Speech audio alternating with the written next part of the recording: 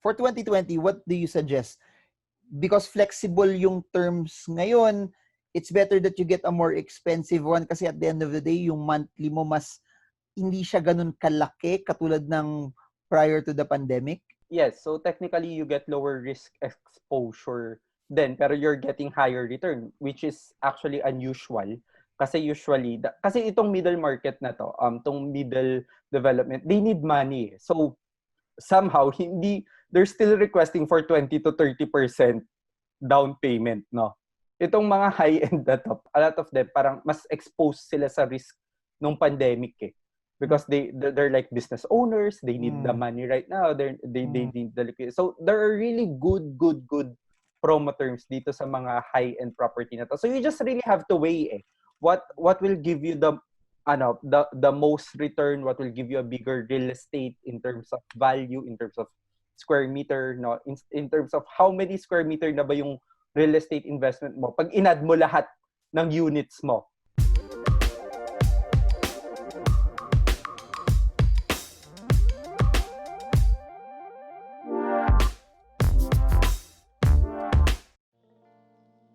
Between BGC and Makati, in an investment perspective, I go for Makati. If I would invest one property in Makati, it's going to be the Rise by Shangri-La Properties. Sobrang ganda. So prior to pandemic, you can have the Avida for rent at around 40,000. Ano na yun? Maganda na yun. Furnish, it's fit out. No, so pero if it's not, you get around 30 to 35,000 pesos for Avida in BGC.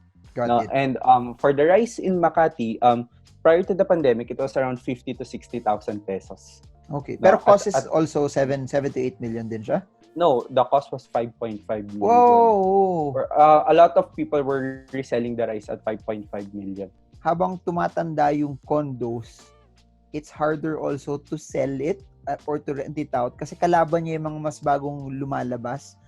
And I've noticed that also, especially sa mga development na yung isang area na yon, isang developer lang.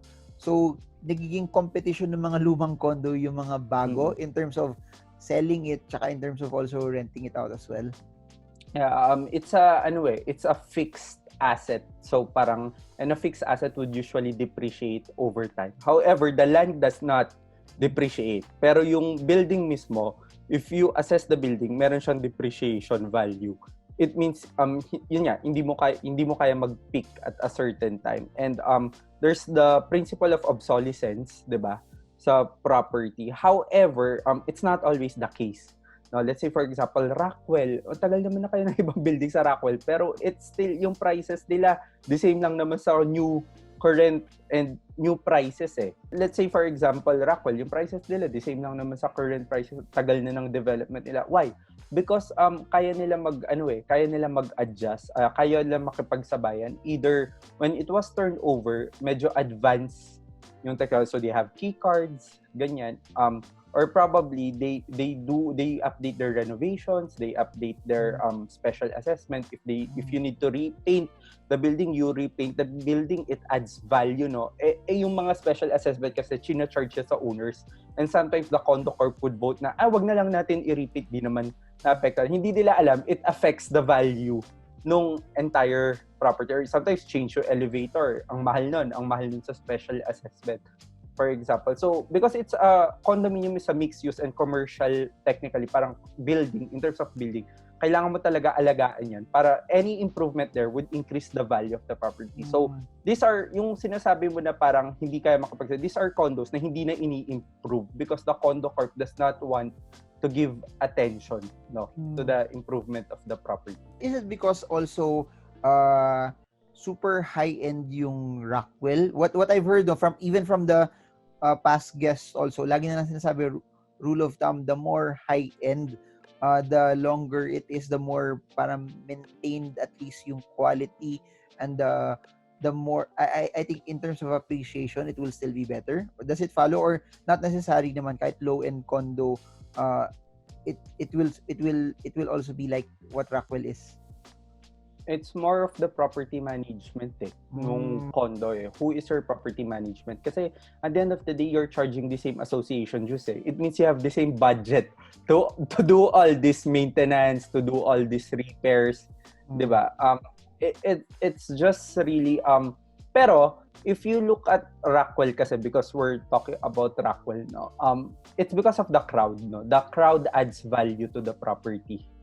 Din kasi, no, it's a high-end crowd, so it adds so hindi talaga magdi-depreciate yung value niya in a sense. However, no, you can still find kasi parang parang there's a certain point pa rin, even if it's ultra high-end, even if it's high-end, there is a certain point na hindi na talaga mag-appreciate yung value niya kasi luma na siya. Okay, got it. So, pero wala siyang meron ba yung parang maximum point na pag after this number of years, baka parang mature na siya that it doesn't really appreciate also that much. That happens also. Yeah. That happens. Pero iba-iba yung number of years eh. Yun nga, tama sila, yung mga previous guests. The more ultra high-end siya, parang mas matagal yung appreciation niya. Pero usually, on an average, it's after 15 years, medyo mahirap na mag-appreciate yung property. Pero is it possible that that's not the case for also, ito lang nasa isip ko, baka hindi lang din sa Rockwell yun, that it could possibly also happen sa BGC. Kasi sa BGC, pag naubos na, kahit luma na yung condo, wala ka ng ibang condo makukuha na residential? Is it possible na aakyat pa rin siya because the demand is already capped? Aakyat talaga siya, pero hindi siya aakyat at 12% rate per annum. So aakyat siya at 2%, aakyat siya at 3%. No, pero it's not the same as the normal na at a minimum of 3% per quarter kasi, di ba? Does it follow na kunyari may pera ka ngayon, doon ka sa mas bago na. For example, ito talking about Ayala na, kung i-rank mo siya, you would look at, for example, I forgot the name. O sige, Emergent residence. That one versus BGC or Arca. Would you say you would go for that? Kasi yon wala pa talaga? Pero kasi unfair, malaki yung cut nun eh. Na malalaki yung cut ng older property. Yun na yung pinaka-benefit nila. Pero if you look at it price per square meter, that's how you look at it. If you look at it price per, sobrang layo compared to a new building. Okay. No? Napag-iwanan yung price per square meter niya. We've been talking about high-end, low-end. What's better?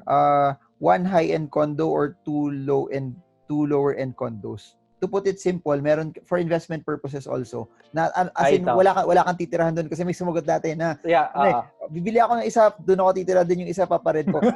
Yung assumption nito for rental lahat. So sige, I'll put some parameters. For example, meron kang 14 million. What's better? You buy isang condo na 14 million worth or dalawang 7.7?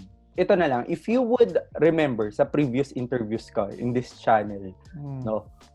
Kung saan ako nagva-viral. It's parang if you remember, sasabi ko sa iyo na parang I'm not into buying high-end properties, no. And then eventually nag-pandemic, and ever since pandemic, I'm on my 4th property now. And lahat to pwede mo i-classify as high-end properties.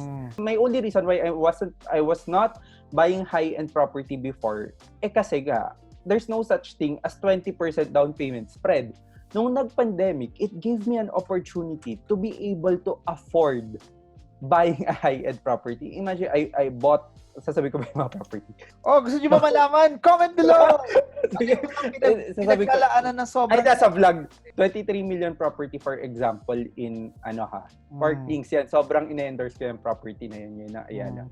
So, because the direction is going C5 eh. Kaya wala yun sa choice mo, Makati BGC. I chose passing C5. Now, if I compare it to an 8 million property, there was another developer who was parang 8 million property, and the payment term was parang 35% cash out spread to 60 months. Itong payment term ni Park Links, it's just 20% spread to same 60 months for 75 months actually, 75 months apart. I'm getting a bigger value, I'm getting a bigger chunk of real estate in terms of my portfolio. So definitely dun na lang ako sa 23 million. Kasi if you look at the cash out, mas maliit pa rin yung cash out.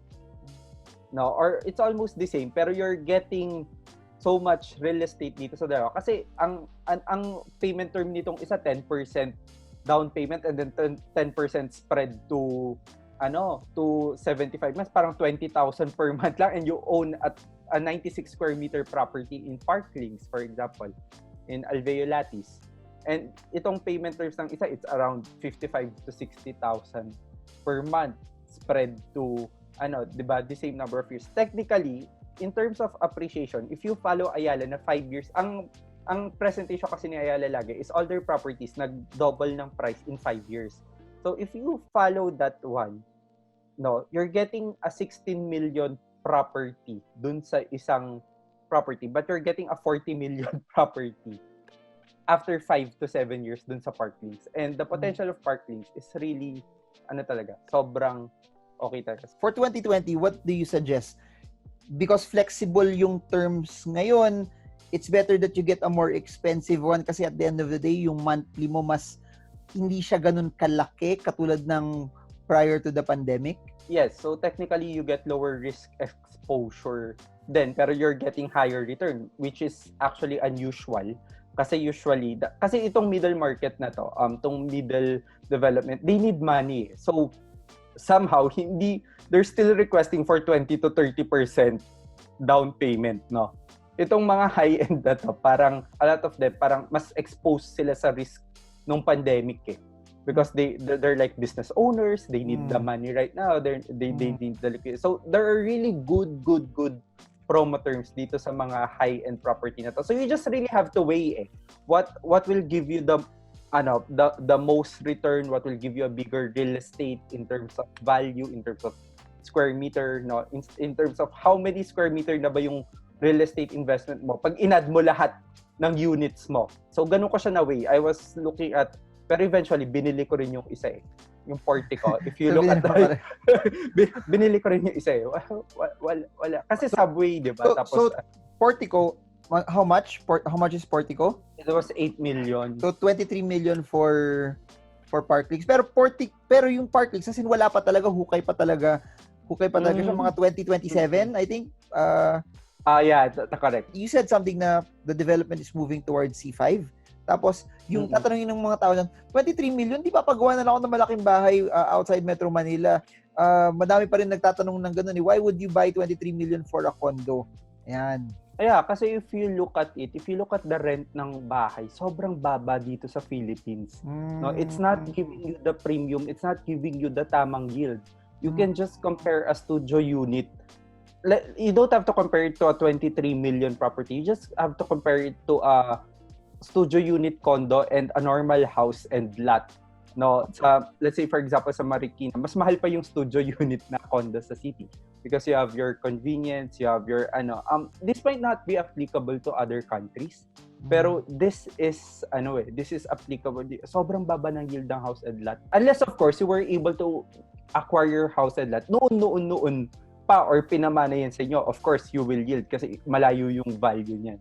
Pero ngayon, try to buy, patayo ka ng 23 million na house and lot, I don't think mapaparent mo yun ng 120,000 per month. Kasi tiyatanong din ako so is it a studio unit or a bahay na same value?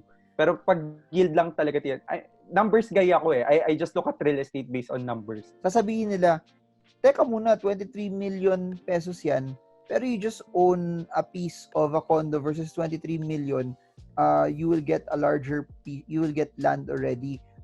Parang people might say na 15 years later, baka yung land na yun will beat the condo also. It makes sense. Oo, it makes sense. Pero how much cash flow have you received for 15 years for renting out that property? Diba? So, and if you equate it in total, house is mas subject din siya sa depreciation nung building assessment niya.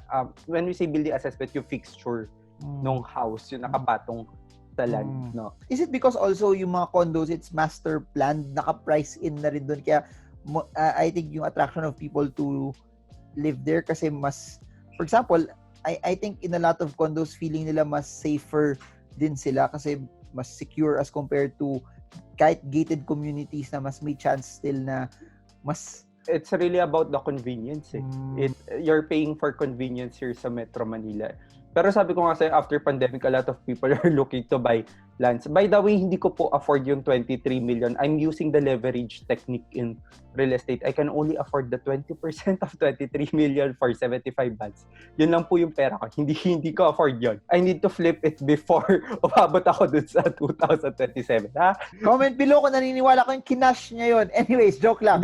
Yung sa C5, why is development moving to C5? So I think ito na yung chance ng Eastwood to redeem himself with the developers around it. Kasi kung before, isolated siya ngayon, the developments there, ginagawa nila yung access ng isa't isa. I think because developers are working together in that area, no? Parang instead of competing, they're like really collaborate. Okay, I'll give you a road access here. Let's say, for example, Parklinks and Circulo Verde. Circulo Verde was also isolated. It really fails pag in-isolate mong development. And now they're combining both. So, mag-a-affect sila. And Bridgetown is combining with the Velaris. If you're familiar with Velaris, no? They're having right of way din together, for example. So technically, it's forming another big city, no? So which is parang a successful formula din ng BGC. From yung the groove ng Rockwell, tas tapat yung Tiendesitas, urong ka ng konti, Robinsons na din, Arcovia, then Parklinks, then Eastwood na rin. So halos magkakatab. You have SM pa. Gem. So parang very, very agglomerated na rin in. Yes, so aspect. That's the key term kasi talaga ng real estate, yung agglomeration talaga. Pero it's masterly urban plan. Ay parang it's well urban planned kasi. No? So parang they're not sacrificing space here because they have space naman. Hindi limited yung space nila, and talagang they're promoting something na kulang right now, no? So who would have thought, diba, that area na dating binabaha, would become the future of real estate investing. And ako very excited ako sa area na talagang I'm really looking forward to that area. A target ko nga next Velaris pero sobrang mahal kasi. Got it. Walang maganda payment terms. So to recap it, no, growth is moving towards the Pasig C5 area because of what's happened in the Pasig QC. Pasig QC C5, and also because of the pandemic, mas flexible also right now to buy yung mga higher end properties as well. The real estate doesn't always double the price. It does not guarantee you that it will double the price. Let's say, for example, let's look at the US real estate market. In a first world country scenario, a lot of real estate would fluctuate prices like a stock market. The only reason that we're benefiting for the longest time and sa sobrang dami ng years that we're really benefiting is because we're a third world country. It's an advantage. We are the future of economic, the world stage, no? In terms of the economy. Everyone's looking at us.